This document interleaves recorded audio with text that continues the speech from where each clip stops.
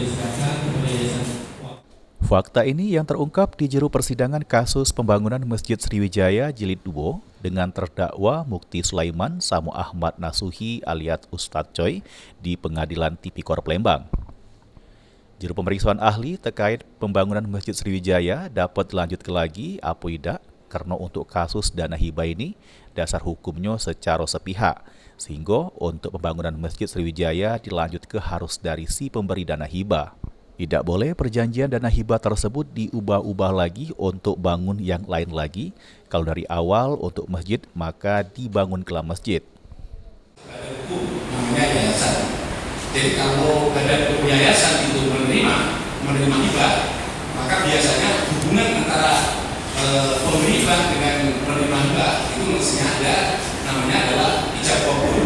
Ya, ijab qabul kalau bahasa hukumnya itu adanya satu perjanjian pemberian hibah.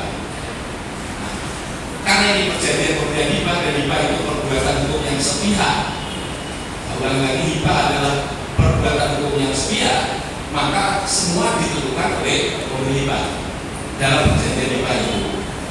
Jadi kalau dalam perjanjian hibah itu sebutkan bahwa ini adalah perjanjian hibah kepada yayasan wakaf untuk pembangunan masjid, maka peruntukannya dana hibah tadi adalah hanya untuk pembangunan masjid. Jadi kalau sudah disahkan, maka yang mengikat kepada yayasan adalah maksud dan tujuan daripada pemberian adalah untuk pembangunan masjid, maka itu tidak bisa diganti untuk pembangunan yang lain, masjid atau mungkin tempat-tempat ibadah atau pendidikan dan sebagainya, itu tergantung ikramnya dari pemberi hibah. Selain ahli administrasi, persidangan juga meriksa ahli keuangan negara, siswa administrasi. Sehabis proses persidangan, majelis hakim yang dipimpin Abdul Aziz nunda persidangan lagi untuk masuk ke proses pemeriksaan saksi yang lain di sidang berikutnya. Sri Febriandi, PAL TV.